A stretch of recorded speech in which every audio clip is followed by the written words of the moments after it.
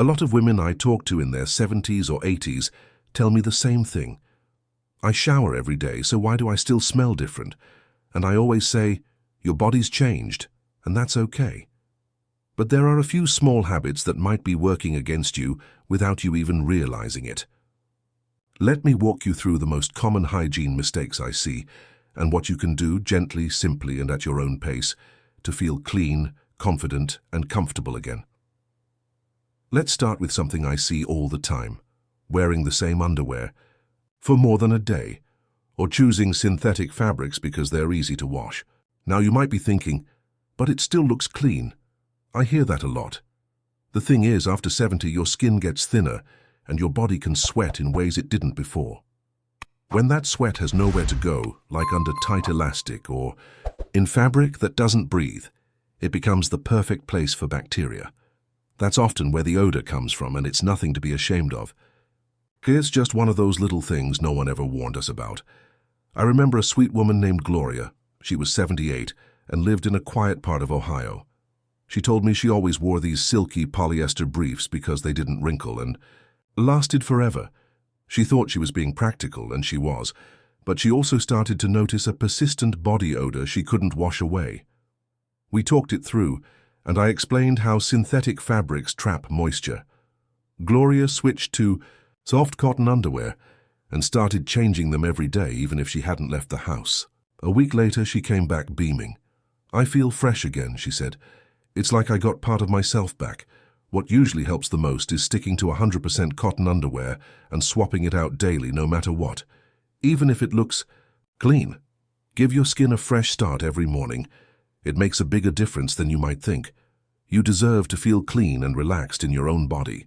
Sometimes a little change, just switching fabric and routine, can give you a whole new sense of comfort and confidence. Another habit I've seen a lot is not paying attention to the skin under the breasts or in body folds, like under the belly or around the waist. After 70, our skin tends to sag just a bit, and those warm, tucked-away spots can easily collect moisture. You might feel dry after a shower, but these hidden areas often stay damp, and that creates the perfect place for bacteria or yeast to grow. And yes, that can lead to itching, redness, and body odor that doesn't go away, even with soap. One of my longtime patients, Irene, is 82 and lives in Florida. She came in saying she didn't understand why her skin felt irritated under her bra line, and her daughter had gently mentioned a musty smell. Irene had always been careful with hygiene, so she felt embarrassed. I explained that under breast sweat is super common, especially in warmer states. We started using a soft towel to pat those areas dry after every shower and added a bit of unscented baby powder or cornstarch. Within days, the irritation cleared, and she felt completely back to normal. Now she even keeps a fresh cotton cloth by the sink, just for that daily routine. One of the easiest ways to help is to gently dry under the breasts and other folds with a clean towel, then apply a bit of powder to keep things dry. If you sweat, more a folded cotton pad or light cloth inside your bra can work wonders. Your skin takes care of you all day long. Give it a little care back. A few extra seconds of attention after a shower can prevent days of discomfort and help you feel fresher, lighter, and more at ease. One more thing I see often, and it's easy to miss, is skipping proper foot care, especially washing and drying between the toes. As we get older, bending down in the shower can feel tricky or even unsafe, so a lot of folks just let the water run over their feet and call it a day. But feet work hard all day long, even at home, and when sweat builds up between the toes or around the soles, bacteria settle in quickly. That's why foot odor can stick around even if everything else is clean. I remember Mr. Frank, 81, from Indiana. He always wore thick socks and soft slippers even in summer. His daughter brought him in one day, worried about the strong smell coming from his room. Frank was mortified. He'd always been proud of staying neat. When I asked about his foot care, he admitted he hadn't really been scrubbing them. We worked out a safer routine. He used a shower chair and a soft brush with a long handle. After every wash, he'd dry his feet completely, especially between the toes. We even switched his socks to a breathable cotton blend. Within 2 weeks, no more odor, and Frank felt like himself again. What often helps most is gently washing your feet with soap every day, making sure to dry in between the toes and changing socks daily, even if you don't leave the house. Little steps go a long way with foot care. Think of your feet as your roots.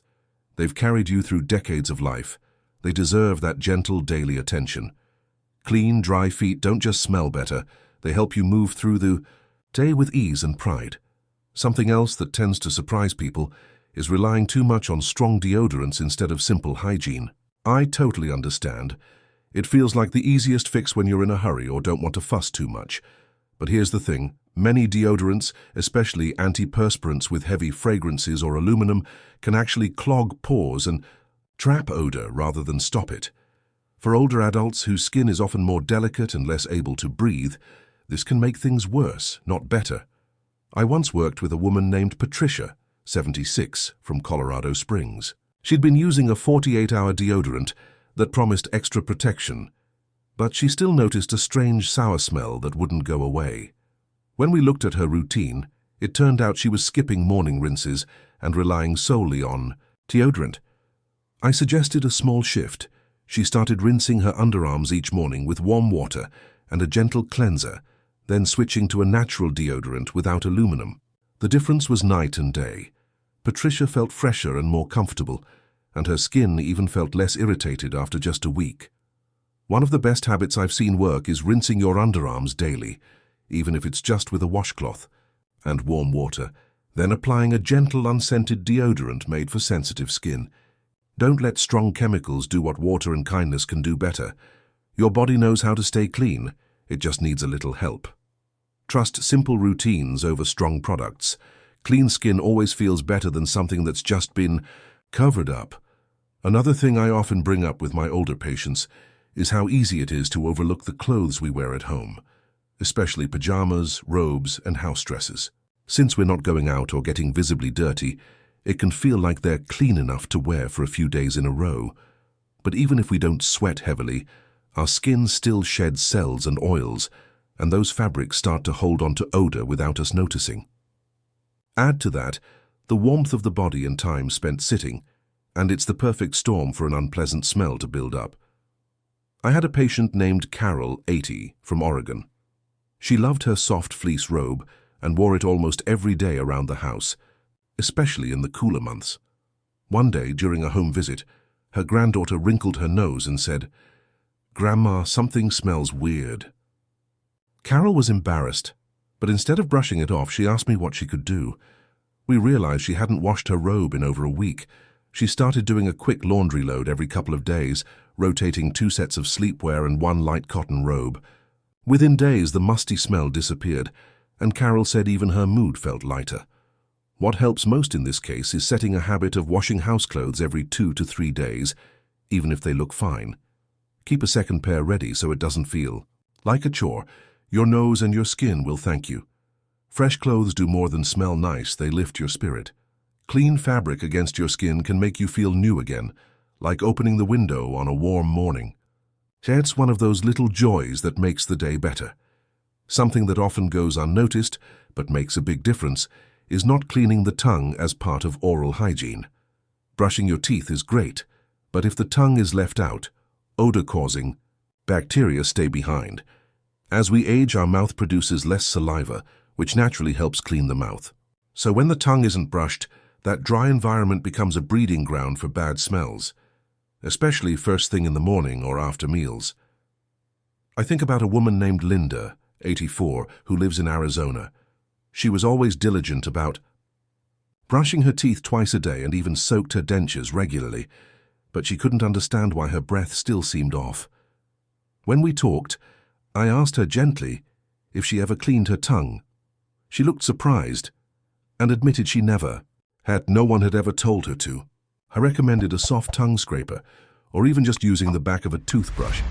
She gave it a try for a week, brushing her tongue gently each morning and evening, and followed it with a sip of water or a rinse. At her next check-in, she told me her daughter had noticed the change right away. What often helps is adding a gentle tongue cleaning to your morning and nighttime routine. Just a few light strokes with a soft brush or scraper can remove build-up and freshen breath quickly. No harsh rinses needed. Your smile is part of your presence. It's how people remember you. Treat it with the same love you give others. A little care for your mouth each day helps your whole self feel refreshed, respected, and ready to speak with confidence.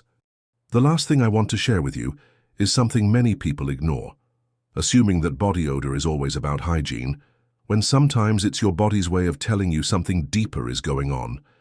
As we age, our body chemistry shifts.